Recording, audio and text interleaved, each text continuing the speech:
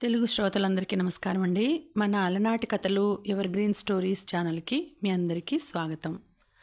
ఆశ పాశం ధారావాహిక వింటున్నామండి. రాసిన వారు శ్రీమతి అనురాధ గారు. ఇక ఆలస్యం చేయకుండా మనం కథలోకి వెళ్ళిపోదామండి. వీడియో చూసిన వెంటనే లైక్ చేసి షేర్ చేసి తప్పకుండా సబ్స్క్రైబ్ చేసుకోండి. మన ఛానల్ని బెల్ ఐకాన్ యాక్టివేట్ చేసుకోండి. సాకేత్ చిన్నగా నవ్వి, మనం ఒక తండ్రి పిల్లలం కనుకనే నేను మిమ్మల్ని నీడలా వెంట ఉంటున్నాను అన్నాడు. వాట్? ఏంటన్నా నువ్వు చెప్పేది? అంది అమ్మో. అవును, మీరు వింటున్నది నిజం. మన తల్లులు వేరు, తండ్రి ఒక్కడే అన్నాడు సాకేత్. మీకు ఇంకో విషయం చెప్తాను, ఉండండి అని మధు అని పిలిచాడు. నిదానంగా అక్కడికి మధు వచ్చి నిలబడింది. అమ్మో వెంటనే మధు నువ్వా అంది. సాకేత్ మధుని దగ్గరికి తీసుకొని మధు నా భార్య అని చెప్పాడు. అమ్మో నిత్యలు సాకేత్ చెబుతున్నది ఎదురుగా ఉన్న మధుని చూసి ఏం మాట్లాడాలో అర్థం కాలేదు. అమ్మో కాస్త తేరుకొని, మధు నువ్వు సాకేత్ అన్న భార్యవా? ఎప్పుడు చెప్పలేదు మాకు, ఎప్పుడు అడిగినా తోసిపుచ్చేదానివి అంది. సాకేత్ నవ్వుతూ, ఎక్కువగా ఆలోచించకండి, నేనే మీకు వివరంగా చెప్తాను సరేనా? కాసేపు ఇద్దరు నేను చెప్పేది వినండి, తర్వాత మీరు ఏం అడిగినా నాకు తెలిస్తే చెబుతాను అన్నాడు. అన్నా, అసలు నువ్వు మాకు అన్నవు ఎలా అయ్యావు? మా నాన్న మీ నాన్న ఒక్కరే అవ్వటం ఏంటి? మీ అమ్మ ఎవరు అని అడిగింది అమ్మో. అదే కదా వివరంగా చెబుతాను అన్నది నేను. నాకు తెలిసినది చెబుతాను విను. మాది తమిళనాడులోని మధురై దగ్గర చిన్న గ్రామం. మా తాతయ్య గారు ఇక్కడ బిజినెస్ చేద్దామని వచ్చారు. అప్పటికి మా అమ్మ విశాలాక్షికి తెలుగు సరిగా రాదు. అమ్మ ఇక్కడే చదువుకునేది. తెలుగు నేర్చుకోవటానికి మన నాన్నను ఇంటికే పిలిపించి ట్యూషన్ చెప్పించేవారు. తాతయ్య ఊర్లో లేని టైం, అమ్మ ఒంటరిగా ఉండడం నాన్నకు కలిసొచ్చాయి. ఏం జరిగి ఉంటుందో మనం ప్రత్యేకంగా ఊహించనక్కర్లేదు. కొన్ని నెలలకు నేను కడుపులో పడ్డానని తెలిసిన మా అమ్మ తాతయ్యకు చెప్పింది. తాతయ్య సహృదయంతో ఇద్దరినీ ఒక్కటి చేయాలి అనుకున్నారు. నాన్నతో మాట్లాడాలి అని నాన్న పనిచేసే స్కూల్కి వచ్చి వివరాలు అడగగా తాతయ్య నెవరిపోయే విషయాలు తెలిసాయి. నాన్నకు అప్పటికే పెళ్ళయిందని, అదే సమయంలో సారథి పుట్టాడని, తీసుకొని రావటానికి వెళ్ళాడని తెలిసి మా అమ్మకు చెప్పాడు. కొద్ది రోజులకు నాన్న వచ్చాడని తెలిసి కలవటానికి వెళ్ళాడు. అదే సమయంలో నాన్న వాళ్ళ అన్నయ్యలతో గొడవలు అయ్యి ఆస్తి పంపకాలలో నాన్నకి ఏమీ రాక ఏకాకి అవ్వడంతో తాతయ్య నాన్నను నిలదీయలేకపోయాడు. తర్వాత అమ్మలేని మా అమ్మను తీసుకొని తిరిగి ఊరికి తీసుకెళ్ళి ఆంధ్రాలోనే అమ్మకు మంచి అబ్బాయిని చూసి పెళ్లి చేశానని చెప్పాడు. నేను పుట్టే వరకు అమ్మను అక్కడే ఉంచి తాతయ్య అటు ఇటు తిరిగేవాడు. నాకు 1 సంవత్సరం వచ్చాక తీసుకొచ్చి అక్కడ చెప్పిన మాటే ఇక్కడ చెప్పాడు. తాతయ్యకు ఉదార స్వభావం ఉండడంతో పాటు సహృదయం ఉండడంతో ఎవరూ ఎక్కువగా ఆరా తీసేవారు కాదు. అదే మాకు కలిసొచ్చింది. మా అమ్మకి కోపం ఎక్కువ ఉండడంతో నాన్న మా అమ్మను పెళ్లి చేసుకోవడానికి సిద్ధపడ్డాడు అన్నాడు సాకేత్. అన్నా, రెండో పెళ్లి చేసుకోవటం చట్టరీత్యా నేరం కదా అంది నిత్య. అప్పటి కాలంలో చట్టాల కన్నా ఆత్మాభిమానాలకు విలువ ఎక్కువ ఇస్తారు కదరా, అందుకే అలా జరిగింది అన్నాడు సాకేత్. అన్నా, ఈ విషయం మీ అమ్మకు తెలిసింది కదా, మా అమ్మకు తెలియదు కదా. ఇప్పుడు నేను చెబితే వారి మధ్య ఇంకా దూరం పెరుగుతుంది అని నాకు అనిపిస్తోంది. సో నేను చెప్పను, మీరు కూడా చెప్పకండి, అంతే కదా నిత్య అంది అమ్మో. ఈ విషయాలు మీ అమ్మకు తెలియదని ఎవరు చెప్పారు? అన్ని విషయాలు మీ అమ్మకు మా అమ్మకు ఇద్దరికీ తెలుసు అన్నాడు సాకేత్. అవునా? అమ్మకు తెలిసినప్పుడు మాకెందుకు చెప్పలేదు? దాదాపు అన్ని విషయాలు చెప్తుంది, ఈ విషయం ఎందుకు చెప్పలేదు అంది అమ్మో. ఎందుకు చెప్తారు? చెప్పరు. తండ్రిని పిల్లల ముందు ఒక హీరోలాగా చూపిస్తారు కానీ విలన్లా చూపించరు. అందులోనూ మన భారతీయ మహిళలు అస్సలు చెప్పరు, చెప్పటానికి సాహసం కూడా చేయరు అన్నాడు సాకేత్. మరి మా అమ్మకి ఎలా తెలిసింది? నీకెలా తెలిసింది? ఇంకా ఎవరికి తెలుసు అని అడిగింది నిత్య. మన నాన్న మా అమ్మకు సన్నిహితంగా ఉండేవాడు. ఒకసారి మీ తాతయ్య మీ అమ్మని చూడటానికి వచ్చాడు. అప్పుడు గీతకు జ్వరం వచ్చింది. అప్పుడు హాస్పిటల్లోనే ఉండాల్సి వచ్చింది. మీ అమ్మ హాస్పిటల్లోనే ఉంది. తాతయ్య నాన్నకి ఈ విషయం చెప్పాలి అని స్కూల్కి వెళ్ళాడు. అప్పటికే నాన్న ఇంటికి వెళ్ళాడని చెప్పారు. తాతయ్య ఇంటికి వచ్చేసరికి నాన్న ఇంట్లో లేడు. ఇంటి పక్కన వాళ్లకు చెప్పి మళ్ళీ హాస్పిటల్కి వచ్చాడు. అటువంటి పరిస్థితుల్లో మా అమ్మతో ఆ హాస్పిటల్ దగ్గరలో ఉన్న గుడికి వచ్చిన నాన్నను తాతయ్య చూశాడు. తాతయ్య కోసం వచ్చిన మీ అమ్మ కూడా చూసింది. నాన్న చేతిలో ఉన్న నన్ను చూసి అందరికీ అర్థమైపోయింది. మీ అమ్మ వచ్చి ఎదురుగా నిలబడింది. ఇంకేముంది, ఎవరూ ఎవరిని ప్రశ్నించలేదు. అలా చూసుకుని ఎవరికి వాళ్ళు మౌనంగా ఉండిపోయారు. మరి నీకెలా తెలిసింది అంది అమ్మో.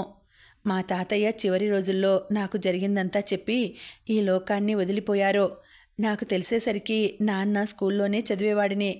రోజు నేను అభిమానం చూపించే పురుషోత్తం మాస్టర్ నా తండ్రి అని తెలిసేసరికి ఏం చేయాలో పాలుపోలేదు అన్నాడు సాకేత్. అప్పుడు నాన్న మీ ఇంటికి వచ్చేవాడు కాదా అన్నా అంది నిత్య. మీ అమ్మకి విషయం తెలిసాక మన అమ్మలిద్దరూ నాన్నను దూరంగా ఉంచేవారు, మాట్లాడేవారు కూడా కాదు. నాన్న అప్పుడు బాగా ఒంటరివాడయ్యాడు అన్నాడు సాకేత్. ఇది జరిగిన విషయం. నేను మీ అన్నను, మీరు నా చెల్లెళ్ళు, అర్థమైందని అనుకుంటాను అన్నాడు. ఇదంతా సరే కానీ మరి నాన్న నిన్ను బాగా అభిమానిస్తారు కదా, అప్పుడు నిన్ను కొడుకుగా అంగీకరించొచ్చు. అంతేకాక నువ్వు కూడా బాగా చదువుకొని పేరు తీసుకొచ్చావు. అందుకు మా నాన్నే మన నాన్నే కారణం అని చెప్పావు కదా, ఒప్పుకోవచ్చు కదా అంది నిత్య. పిచ్చిపిల్ల, ఎందుకు ఒప్పుకుంటాడు? నేనెవరో చెబితే ఆయన బండారం బయటపడుతుంది కదా అన్నాడు సాకేత్. నీకు చదువు సంస్కారం అన్నీ అబ్బినప్పుడు సారథికి ఎందుకు రాలేదు? సారథికి చదువు రాక వాడు నాన్న చెప్పిన మాట వినటం లేదని ఎప్పుడూ బాధపడుతుంటాడు.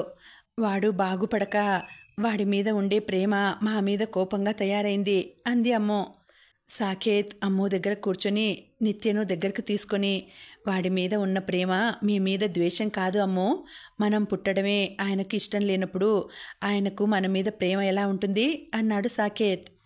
ఆ మాట అనటంతో అమ్మో నిత్యలు అయోమయంగా సాకేత్ వైపు చూశారు.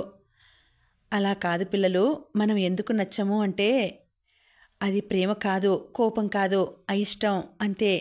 ఆ అయిష్టం ఎందుకు వచ్చిందంటే మా అమ్మ నేను పుట్టగానే ఇక పిల్లలు వద్దనుకొని ఆపరేషన్ చేయించుకుంది.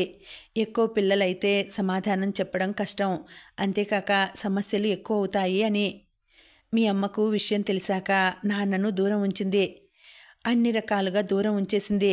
నాన్నకు కోపం వచ్చేది, కొట్టినా తిట్టినా మీ అమ్మ అలాగే ఉండేదట. అదే సమయంలో మీ అమ్మను బలవంతంగా లోబడుచుకునేవాడు. అయినా మీ అమ్మ దగ్గర అవ్వలేదు, మాట్లాడేది కాదు. అలా నువ్వు పుట్టావు అమ్ము అన్నాడు సాకేత్. అయ్యో అలా చేశాడా? మరి అయితే నేను కూడా అలాగే పుట్టానా అంది నిత్య. అంతేగా అన్నాడు సాకేత్. అయ్యో పాపం కదా మన అమ్మలు అంది నిత్య. అదంతా సరే కానీ అన్నా, నేను పుట్టాక అమ్మ ఆపరేషన్ చేయించుకోవచ్చు కదా అంది అమ్మో. అప్పుడు నాన్న సంతకం చేయలేదు అన్నాడు సాకేత్. మరి నిత్య పుట్టాక ఎలా చేశారు అంది అమ్మో. ఆ కాలంలో 2 లేదా 3 పిల్లలు కలగొచ్చు అని ప్రభుత్వం చెప్పేది. మీ అమ్మకు 4 అయ్యేసరికి గవర్నమెంట్ డాక్టర్ నాన్న సంతకం లేకపోయినా ఆపరేషన్ చేసేసింది. సో అలా నీ వల్ల మీ అమ్మకు మంచి జరిగింది అన్నాడు సాకేత్.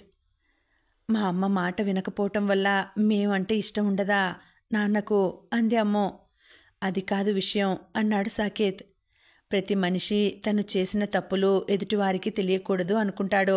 అలాంటప్పుడు ఆయన చేసిన తప్పుకి ప్రతిఫలం నేను భార్య అయిన కమలను తన అనుమతి లేకుండా బలవంతంగా అనుభవించడం కూడా ఒక పెద్ద తప్పు. ఆ తప్పుకు ప్రతిరూపాలు, నిదర్శనాలు మీరు. ఆయన చేసిన తప్పులు పెరిగి పెద్దయ్యి ఆయనకు మంచి పేరు, కీర్తి ప్రతిష్టలు తెస్తే మింగుడు పడదు కదా, అప్పుడు ఇష్టపడడు కదా. మీరు నేను ఎలా నచ్చుతాము అన్నాడు సాకేత్. అబ్బా సూపర్ అన్నా నువ్వు. ఇన్ని రోజులు మేము ఏం చేసినా ఎందుకు నచ్చము అని తెగ సతమతం అయిపోయాము. ఏం చేస్తే ఆయనకు నచ్చుతామో అని అన్ని నిర్ణయాలు వదిలేశాము అంది నిత్య. తెలుసు నిత్య, మిమ్మల్ని నాన్న సిటీకి పంపిస్తున్నప్పుడే నా మనసెందుకో కీడు శంకించింది. అందుకే నేను కూడా ఇక్కడికి వచ్చాను. మీకు మరింత దగ్గరగా ఉండాలి అనుకునేటప్పుడు మధు పరిచయం, ప్రేమ ఏర్పడింది. తను నన్ను అర్థం చేసుకుంది. నేను ఈ విషయాలన్నీ వివరించాను. అప్పుడు తను ఇంకా దృఢ నిశ్చయంతో నన్నే పెళ్లి చేసుకుంటాను అని పట్టుబట్టి పెళ్లి చేసుకుంది. నా మీద ప్రేమతోనే మీకు దగ్గరగా ఉండాలని అనుకుంది. అదే మంచిదని అనిపించి మీ హాస్టల్లోనే ఉంచాను. తర్వాత మీరు ఇక్కడికి వచ్చారు, అందుకే మేము కూడా ఇక్కడికి వచ్చాము. అన్ని రకాలుగా జాగ్రత్తలు తీసుకున్నాము. ఇదిగో ఇలా మీరు చనిపోవాలని నిర్ణయించుకునేసరికి మీకు అర్థమయ్యేలా చెప్పాలని మీకు చెబుతున్నాను. ఇంకెప్పుడు ఇటువంటి పిచ్చి పనులు చెయ్యమని నాకు మాట ఇవ్వండి అన్నాడు సాకేత్. మాతో ఎప్పటికీ ఇలా అన్నలాగే ఉంటాను అంటే ఇస్తాము, లేదంటే లేదు. మమ్మల్ని నాన్నలాగా దూరంగా ఉంచితే అస్సలు ఊరుకోము అంది అమ్మో. సాకేత్ కన్నీళ్లతో అమ్మోని నిత్యని ఇద్దరినీ కౌగిలించుకొని అస్సలు వదలను మిమ్మల్ని అన్నాడు. మీ మీద ప్రేమతోనే ఇదంతా చేశాడు మీ అన్నయ్య. తను మీరు ఎక్కడ ఒప్పుకోరో అని ఫీల్ అయ్యేవాడు. మీరంతా ఒక్కటే అవుతారు అని చెప్పాను నేను. ఈరోజు అది నిజమైంది అంది మధు. వదినా అని పిలవగానే వాళ్ళతో కలిసిపోయింది మధు. సరే సాకేత్, పిల్లలకి బాగా దెబ్బలు తగిలాయి కదా, కాస్త జ్యూసు తాగాక టాబ్లెట్స్ వేసుకొని నిద్రపోనివ్వు అంది మధు. సాకేత్, మధు అమ్మో నిత్యలు నిద్రపోయేదాకా నిద్రపుచ్చారు. చాలా రోజులు కాదు ఒక 2 సంవత్సరాల తర్వాత హాయిగా నిద్రపోయారు. దయా అమ్మో నిత్యలని చూడటానికి ఫ్రూట్స్ తీసుకుని వచ్చాడు. నిద్రపోతున్నారు దయా, ఏమీ అనుకోకుండా మళ్ళీ వస్తావా అన్నాడు సాకేత్. పర్వాలేదు సాకేత్, వాళ్ళు లేచాక ఒకసారి ఫోన్ చెయ్యి, వస్తాను అన్నాడు దయా. థ్యాంక్స్ దయా అన్నాడు సాకేత్. ఇందులో మనలో మనకు థ్యాంక్స్ ఎందుకు అన్నాడు దయా. సమయానికి నువ్వు కూడా చూసి రావటం వలన నా చెల్లెళ్లకు ఏమీ కాలేదు, లేకుంటే పరిస్థితి ఊహించుకోవటానికే భయం వేస్తోంది అన్నాడు సాకేత్. అలా అంటే నేను నీకు సారీ చెప్పాలి సాకేత్, నువ్వు వాళ్ళను ఫాలో అవుతున్నావని నిన్ను ఆ రోజు కొట్టాను అన్నాడు దయా. నీ గురించి నువ్వు చెప్పాక సారీ చెప్దాం అనుకున్నాను, కానీ చెప్పలేకపోయాను. ఇప్పుడు చెబుతున్నాను, ఐఎమ్ సారీ సాకేత్ అన్నాడు దయా. అయ్యో అదేముందిలే, కానీ నేను ఫాలో అవుతున్నానని నీకెలా తెలిసింది? నువ్వు కూడా వాళ్ళని ఎందుకు ఫాలో చేస్తున్నావు అని అడిగాడు సాకేత్. ఓకే సాకేత్, నేను తర్వాత వస్తాను అనే సిగ్గుపడుతూ అక్కడి నుండి వెళ్ళిపోయాడు దయా. అమ్మో నిద్ర లేచి ఆలోచిస్తూ ఉంది.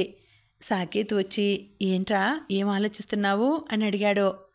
నేనొకసారి నాన్నని కలవాలి అనుకుంటున్నాను అంది అమ్మో. ఇప్పుడెందుకమ్మో అడిగాడు.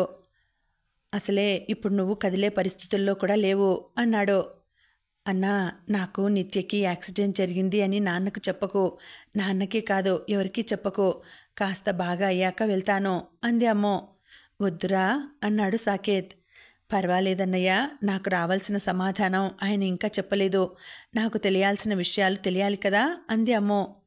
ఏంటి, నేను చెప్పిన విషయాలు నాన్న చెప్తాడు అనుకుంటున్నావా అన్నాడు సాకేత్. తల అడ్డంగా ఊపి, అమ్మనే చెప్పనప్పుడు నాన్న ఎందుకు చెప్తాడు, ఒకసారి మాట్లాడాలి అంది అమ్మో.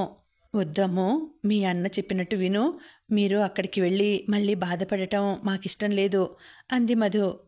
సరే, నువ్వు కాస్త నడవటం వచ్చాక వెళదాం అన్నాడు సాకేత్. ఏరా చిన్నోడా, నాన్న దగ్గరికి వెళ్దామా అంది అమ్మో నిత్యతో. అబ్బా సూపర్ అక్క, నేను అదే అనుకుంటున్నాను, ఆయనతో మాట్లాడాలి అంది నిత్య. ఇద్దరూ పురుషోత్తంని కలిసి ఏం మాట్లాడతారో అని సాకేత్ మధు మనసులో అనుకున్నారు. అమ్మో నిత్యం తీసుకొని తండ్రి దగ్గరికి వెళ్ళింది. నాన్నా, మీరు విడిపోయి ఇప్పటికీ 3 సంవత్సరాలు అవుతోంది, ఇప్పటికైనా మీరు కలిస్తే బాగుంటుంది అంది అమ్మో. మీకు అర్థం కావడం లేదు, ఒకసారి విడిపోయిన మనుషులు మనసులు ఎప్పటికీ కలవవు. ఇక మీరు ఈ ప్రయత్నం ఆపేసి మీ బ్రతుకు మీరు బ్రతకండి అన్నాడు పురుషోత్తం. అదేంటి నాన్న అలా అంటావు, తల్లిదండ్రులు విడిపోతే అలా వదిలేసి చూస్తూ ఎలా బ్రతకమంటావు అంది అమ్మో. వదిలేయండి అన్నానా అన్నాడు పురుషోత్తం. కుదరదు నాన్న, మీరు రావాల్సిందే అని పట్టుపట్టింది నిత్య. వీలు పడదు నిత్య, మావి వేరు అయిన మనసులు, భిన్న ధృవాలు, అంతేకాదు భూమి ఆకాశం చూడటానికి కలిసి ఉన్నట్లు కనిపిస్తాయి, కానీ అవి కలవవు, మేము కూడా అంతే అన్నాడు పురుషోత్తం. సరే నాన్న, మరి విశాలాక్షి గారితో అయినా కలిసి ఉండండి, అలా ఉన్నా మేము సంతోషిస్తాం అంది అమ్మో. పురుషోత్తం వారిద్దరి వైపు చూసి, ఓహో తెలిసిపోయిందా, సరే అయితే మీ దగ్గర దాచాల్సిన అవసరం లేదు అన్నాడు పురుషోత్తం. మీ అమ్మ కంటే ముందే నేను విశాలాక్షి ప్రేమించుకున్నాము. అనుకోని పరిస్థితుల్లో మీ అమ్మని పెళ్లి చేసుకోవాల్సి వచ్చింది. అయినా ఈ విషయాలు ఇద్దరికీ తెలుసు, వారిద్దరూ అర్థం చేసుకొని బతుకుతున్నారు. నాకు ఈరోజు ఎవరూ వద్దనిపించింది, అందుకే అందరికీ దూరంగా ఉంటున్నాను, నన్ను ఇలా వదిలేయండి అన్నాడు పురుషోత్తం. ఎక్కడైనా తల్లిదండ్రులు వదిలేసిన పిల్లల గురించి ఆలోచించి వారి గురించి జాలి పడతారు, కానీ ఇక్కడ తల్లిదండ్రులు వదిలేసిన పిల్లల గురించి ఎవరూ ఆలోచించరు, తెలుసుకోవాలని అర్థం చేసుకోవాలని అనుకోరు అంది అమ్మో. పురుషోత్తం అమ్ముతో మరి నేను ప్రేమించిన వాళ్ళు నా దగ్గరకు రావాలని కోరుకున్నాను, కానీ మీరు వచ్చారు అన్నాడు పురుషోత్తం. అంటే మేమంటే నీకు ఇష్టం లేదా నాన్న అంది నిత్య. అదే కదా చెప్తున్నాను అన్నాడు పురుషోత్తం. అదేంటి నాన్న, సారథి వచ్చి ఇలా అడిగితే నువ్వు వస్తావు కదా అంది అమ్మో. అవును, నా కొడుకు పిలిస్తే నేను తప్పకుండా వస్తాను అన్నాడు. నీ బిడ్డలం పిలుస్తున్నాం కదా, రావచ్చు కదా అంది అమ్మో. మీరు నా పిల్లలు కాదు అన్నాడు పురుషోత్తం. సరే నాన్న, మేము అమ్మ పిల్లలమే అనుకో, అయినా రావా అంది నిత్య. పురుషోత్తం ఇద్దరి వైపు చూసి, మీరు మా కన్న పిల్లలు కాదు, మాకు పుట్టలేదు అన్నాడు. ఏంటి నాన్న, ఏం మాట్లాడుతున్నారు మీరు, మేం మీకు పుట్టలేదా అంది అమ్మో. అవును, మీరు నమ్మినా నమ్మకపోయినా ఇది నిజం. గీత, సారథి మాత్రమే నాకు కమలకు పుట్టారు, మీరు పుట్టలేదు అని చెప్పాడు పురుషోత్తం. అమ్మో నిత్యలు పురుషోత్తం చెప్పిన మాటతో తల్లడిల్లిపోయి ఏడుస్తూ కూర్చున్నారు. కాసేపయ్యాక అమ్మో కళ్ళు తుడుచుకొని, కన్న ప్రేమ కంటే పెంచిన ప్రేమ గొప్పది కదా నాన్న, మీరు పంచిన ప్రేమ గొప్పదని నేను అనుకుంటున్నాను, అందుకే అడుగుతున్నాను. మీకు నచ్చిన వాళ్లతో మీరు ఉండండి, అంతేకాని ఇలా దూరంగా ఉండకండి అని అమ్మో బతిమలాడుతోంది. కుదరదంటే కుదరదు, నన్నిలా ప్రశాంతంగా బతకనివ్వండి ప్లీజ్ అని పురుషోత్తం అక్కడి నుండి వెళ్ళిపోయాడు. అమ్మా అమ్మా అని పిలిచింది నిత్య. ఇంటికొచ్చిన పిల్లలను చూసి కమల, ఎప్పుడొచ్చారు, ఇలా చెప్పా చేయకుండా వచ్చారు, ఫోన్ చేస్తే సంతోషంతో ఎదురు చూసేదాన్ని కదా అంది కమల. మిమ్మల్ని అమ్మ అని పిలవచ్చా అని అడిగింది అమ్మో. కమల ఒక్క నిమిషం నిట్టూర్చి, పురుషోత్తం మీకు అంతా చెప్పేశాడా అంది కమల. సరే పర్వాలేదు, నేను చెప్పకూడదు అనుకున్నాను, చెప్పేశాడు అంది కమల. నాతో రండి అని ఒక చోటికి తీసుకువెళ్ళింది. అక్కడ ఒక పెద్ద కాంపౌండ్ వాల్ లోపల అంతా ఒక పెద్ద బిల్డింగ్ ఉంది. అక్కడికి వెళ్ళారు. అక్కడ విశాలాక్షి కొందరికి రామాయణం పారాయణం చేస్తూ కనిపించింది. కమలతో వచ్చిన అమ్మో నిత్యలను చూసి లేచి వచ్చింది. ఏంటి అందరూ ఇలా వచ్చారు అంది విశాలాక్షి. అక్క, పిల్లలకు నిజాలు తెలిసాయి అంది కమల. ఏంటి, మీరు ఇంత బాగా పలుకరించుకునేంత చనువు ఉందా అంది అమ్మో. కమల నవ్వి, ఎందుకు లేదు, మాకు మీ నాన్న మోసం చేశాడు అని తెలుసుకోవటానికి టైం పట్టింది, అంతేకాని అర్థమయ్యాక మోసపోయాం కాబట్టి అర్థం చేసుకొని కలిసిమెలిసి ఉంటున్నాం అంది. మాకెందుకు ఇదంతా తెలియదు అంది అమ్మో. మీరు ముందు నుండి సాకేత్కి దగ్గరగా ఉన్నప్పుడు మళ్ళీ పరిచయం అవసరం లేదు అనిపించింది, అయినా మీకేమీ తెలియకూడదు అని వీటన్నింటికీ దూరంగా పంపించాము. ఏం చేద్దాం, మనం ఒకటి తెలిస్తే దైవం మరొకటి తలిచింది అంది కమల. మీరిద్దరూ విశాలాక్షికి దొరికారు. ట్రైన్లో చూస్తూ ఉండమని ఒక ఆమె మిమ్మల్ని ఇచ్చి వెళ్ళిపోయింది, తర్వాత తిరిగి రాలేదు. అమ్మో జోబిలో, మాకు ఈ పిల్లలు వద్దు, నేను పోషించే స్థితిలో లేను, ఆడపిల్లలు, ఆ భారం నేను మోయలేను, దయ ఉంచి ఏదైనా ఆశ్రమంలో వదిలేయండి అని ఒక ఉత్తరం ఉంది, మిమ్మల్ని నాకిచ్చి పెంచమని చెప్పింది. మీ నాన్న కాదు, ఆ పురుషోత్తంకి నచ్చకపోయినా నేనే పెంచాను అంది కమల. అబ్బా, నేను పురుషోత్తం గారి గురించి బ్యాడ్గానే చెప్పానమ్మా, అయినా వీళ్ళు నా మాట వినలేదు అన్నాడు సాకేత్. అవునత్త అని వంత పాడింది మధు. కన్న ప్రేమ కంటే పెంచిన ప్రేమ గొప్పది అని నేను భావిస్తున్నాను, నా పెంపకం మీద నాకు నమ్మకం ఉంది అంది కమల. ఆ మాట విన్న అమ్ము నిత్య కమలను గట్టిగా పట్టుకొని ఏడ్చారు. ఏడవకండి పిల్లలు, మీ నాన్న పేరుకు మాత్రమే పురుషోత్తం, అంతే, ఆ మహానుభావుడంత గొప్పవాడు కాదు, నరులలో అధముడు. మీకు మీ నాన్న మీద ప్రేమ ఉండొచ్చు, కానీ దానికి ఆయన అర్హుడు కాదు అంది కమల. చూడండి, మీరు ఉదయించే సూర్యుడిలాంటి వాళ్ళు, మేము అస్తమించే సూర్యుడిలాంటి వాళ్ళం, మీరు భవిష్యత్ మీద దృష్టి పెట్టండి, అందుకే నేను మిమ్మల్ని ఉద్యోగం చేసుకోమన్నాను అంది కమల. మీతో సారథి కోసం మొదలుపెట్టిన ఆ బిజినెస్ మేం చూసుకుంటూ ఈ అనాథలను చేరదీసి మా కాలాన్ని, మా జీవితాన్ని ఇక్కడ సార్థకం చేసుకుంటున్నాము అంది కమల. అమ్మో నిత్యలను తీసుకుని వెళ్ళు సాకేత్ అంది విశాలాక్షి. సరే అమ్మా అని వాళ్ళని తీసుకొని వెళ్ళిపోయాడు సాకేత్. ఏంట్రా ఇంకా ఆలోచిస్తున్నారా అన్నాడు సాకేత్. ఏంటో అన్నా, అందరూ ఏవేవో చెబుతున్నారో ఏమీ అర్థం కావటం లేదు, ఏది నమ్మాలో ఏది నమ్మకూడదో, ఏది నిజం ఏది అబద్ధం ఏమీ అర్థం కావటం లేదు అని ఏడ్చింది నిత్య. ముందు కాస్త తినండి అని మధు ఇద్దరికి ముద్దలు చేసి అన్నం తినిపిస్తోంది. అది చూసి విశాలాక్షి, కమల సంతోషించారు. ఎవరు ఎన్ని చెబుతున్నా, ఎంత నచ్చజెబుతున్నా ఇప్పటి వరకు చూసిన జీవితం, అనుభవించిన అనుభూతులు, గడిచిపోయిన రోజులు అన్నీ ఒక్కసారిగా కలలా చెదిరిపోయాయి. అందుకే అంటారేమో అనుభవజ్ఞులు, గతం ఒక జ్ఞాపకం అని. గతం అనే జ్ఞాపకం అందరికీ మధురంగా ఉంటుంది. నాకెందుకు చేదుగా అనిపిస్తోంది. అమ్మో, కళ్ళు మూసుకున్నా తెరిచినా ఇవే ఆలోచనలు. నీళ్లు తాగటానికి లేచి చూసింది. అర్ధరాత్రి దాటినట్లు ఉంది. ఇంట్లో అమ్మ నిద్రపోతోందనుకుంటా అనుకుంటూ కమల మంచం దగ్గరికి వెళ్ళి చూసింది. అమ్మో, కమల నిద్రపోతోంది. ప్రశాంత వదనంతో ఉంది కమల. అదృష్టవంతురాలు, తనకు నిద్ర వస్తోంది. నా కర్మ ఏంటో, అస్సలు నిద్రే రావట్లేదు అనుకుంటూ తిరిగి గదిలోకి వెళ్ళి చూస్తే నిత్య నిద్రపోతోంది. నిత్య ప్రక్కన బాటిల్ పెట్టి పడుకుంది అమ్ము. వెళ్ళొస్తానమ్మా అని నిత్య, అమ్ము బయలుదేరారు. కమల స్టేషన్ దాకా వచ్చింది. ఇంకా ట్రైన్ రాలేదు, ఎదురు చూస్తున్నారు. సాకేత్ వచ్చి ట్రైన్ అర్ధగంట లేటుగా వస్తుందట అన్నాడు. కమల నవ్వింది. నా జీవితకాలం లేట్ అనుకుంది అమ్ము మనసులో. మీరిద్దరూ ఒక విషయం చెబుతాను, గుర్తుపెట్టుకోండి అంది కమల. అమ్మా, ఇంకా ఏమున్నాయి? అమ్మో, ఇంకా నా వల్ల కాదు. అన్నీ తెలుసుకొని తమాయించుకొని ఉండలేను. చాలమ్మా అంది నిత్య. కమల నవ్వి, ఇంకా బెంగపడాల్సిన అవసరం లేదులేండి. ఇది మంచి విషయమే. మీరు ఎప్పుడే కానీ అనాథలం అని మనసులోకి తెచ్చుకోకండి. మీకోసం ఈ అమ్మాయి ఎప్పటికీ ఇక్కడే ఉంటుంది. పండగలకు యథావిధిగా రండి. నేను మిమ్మల్ని చూడాలని అనిపించినప్పుడు వస్తాను, సరేనా అంది. సరే అమ్మా అంది నిత్య. అమ్ము చెయ్యి పట్టుకొని, సారీ అమ్ము, నేను చాలా విషయాలలో నిన్ను బాధపెట్టి ఉండొచ్చు. ఆ పరిస్థితులు నా చేత అలా చేయించాయి, అంతేకాని కావాలని చేయలేదు. నీకు నా అవసరం అయినప్పుడు నేను నీ దగ్గర లేను. అప్పుడు నువ్వు ఇంటికి వచ్చి అన్నావు, ఎప్పుడు నీకు గీతక్క బాగోగులే ముఖ్యం, నేను కాదా?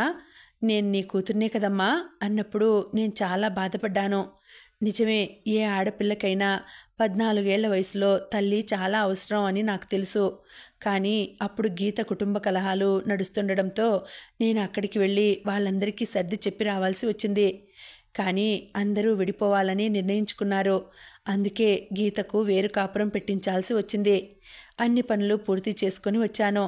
వచ్చాక చూస్తే నీ లెటర్ వచ్చి 1 రోజులు దాటిపోయింది. అప్పటికి నేను నీ కోసం హాస్టల్కి వచ్చాను.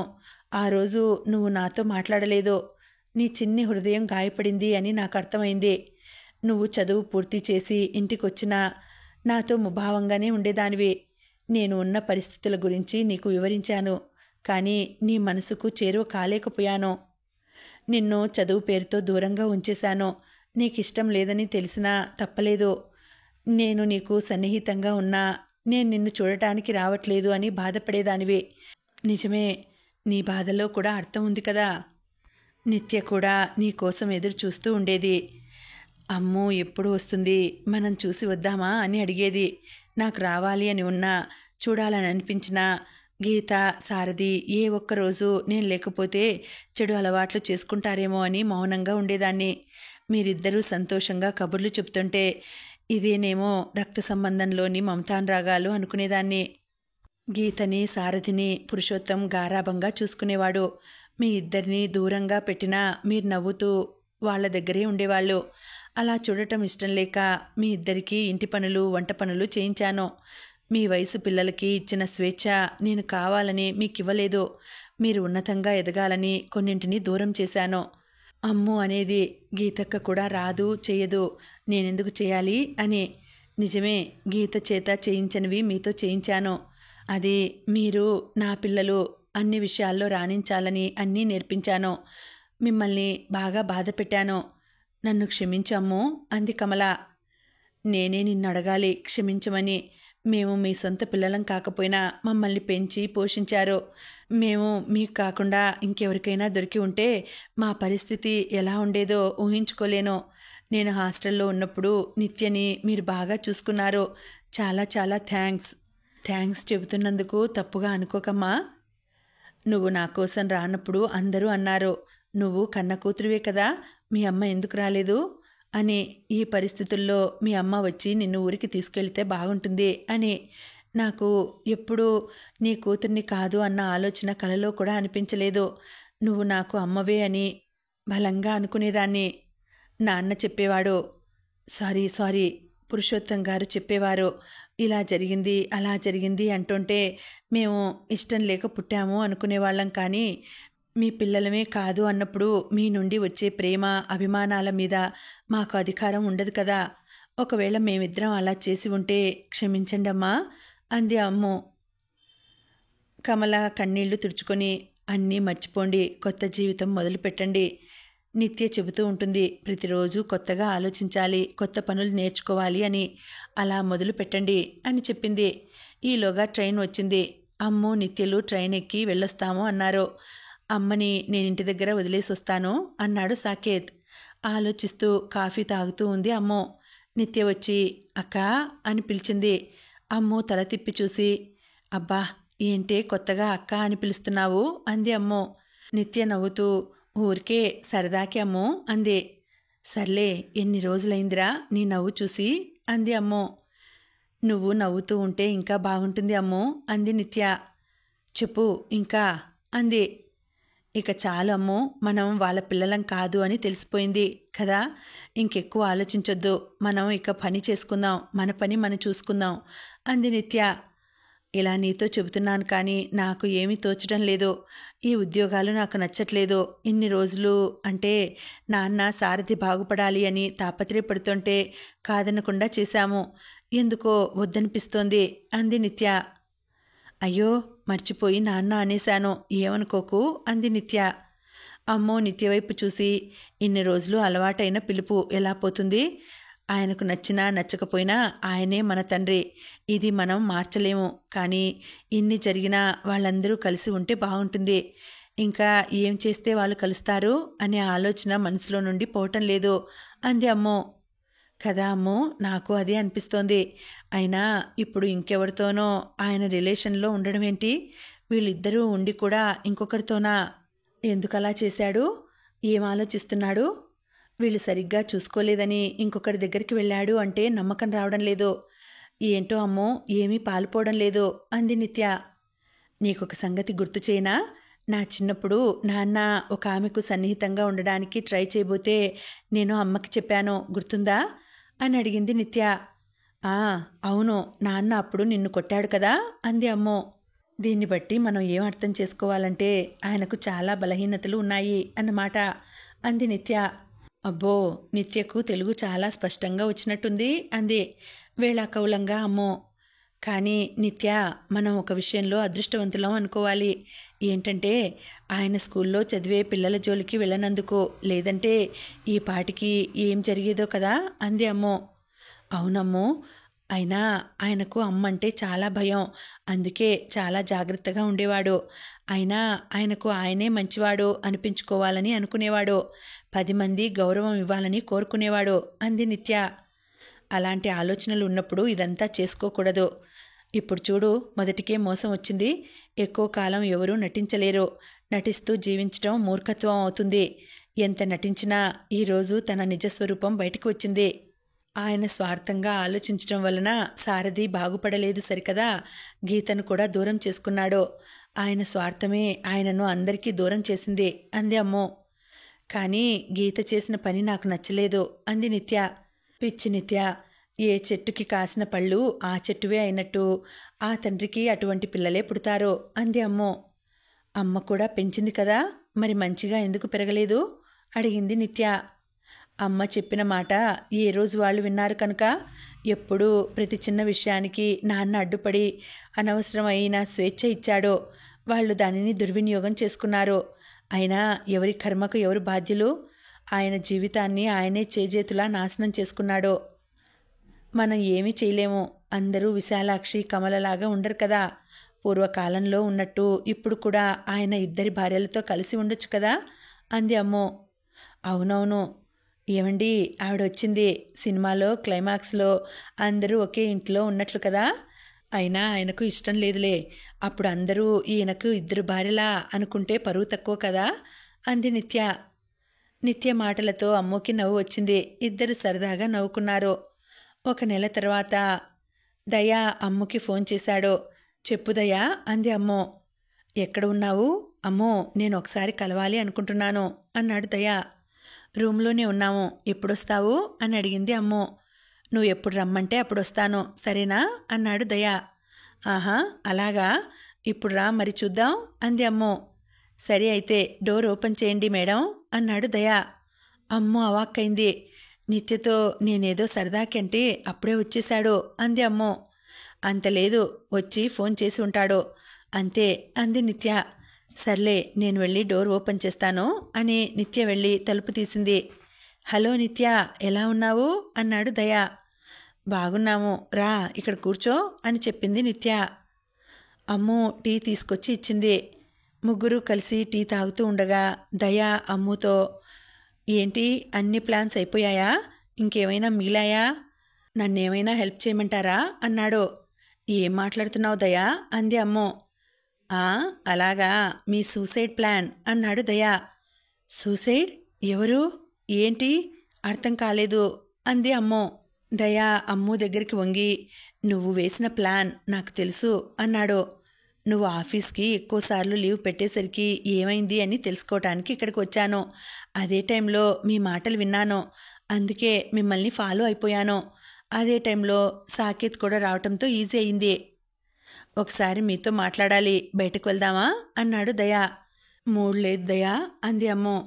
మీ మూడ్స్ మార్చడానికి అడుగుతున్నాను. అలా కాస్త బయటికి పోతే కొత్త ఆలోచనలు వస్తాయి, సరదాగా ఉండొచ్చు కదా అన్నాడు. వద్దు దయా అంది అమ్మో. వెళదాం అంది నిత్య. సరే నేను నిత్య ఒక పార్టీ, ఏమంటావు నిత్య అన్నాడు దయా. ఓకే దయా అంది నిత్య. అయితే అమ్ముని ఒప్పిద్దాం సరేనా? ప్లీజ్ అమ్ము వెళదాం అన్నాడు దయా. ప్లీజ్ అమ్ము వెళదాం అంది నిత్య. బయటికి సరదాగా వెళ్ళక ఏం పాలుపోవట్లేదు, అమ్ము ఒప్పుకోవాలి అన్నాడు దయా. బయటికి సరదాగా వెళ్ళక అని నిత్య కూడా అనబోతే అమ్ము ఆపి, చాలు ఇద్దరూ కలిసి ఒకటే మాట పాటలాగా పాడుతారా ఏంటి అంది. అమ్మయ్యా ఒప్పుకుంది. లెట్స్ పార్టీ అంది నిత్య. ఓకే ఎప్పుడు ఎక్కడికి వెళదాం అంది అమ్మో. ఇప్పుడే పదండి అంటూ హడావిడి చేశాడు దయా. అందరూ కలిసి బయటికి వెళ్ళారు. ఇంకా ఉందండి, కథ కొనసాగుతుంది. మళ్ళీ వచ్చే వీడియోలో తర్వాతి భాగం తెలుసుకుందామండి. అంతవరకు సెలవు, నమస్తే.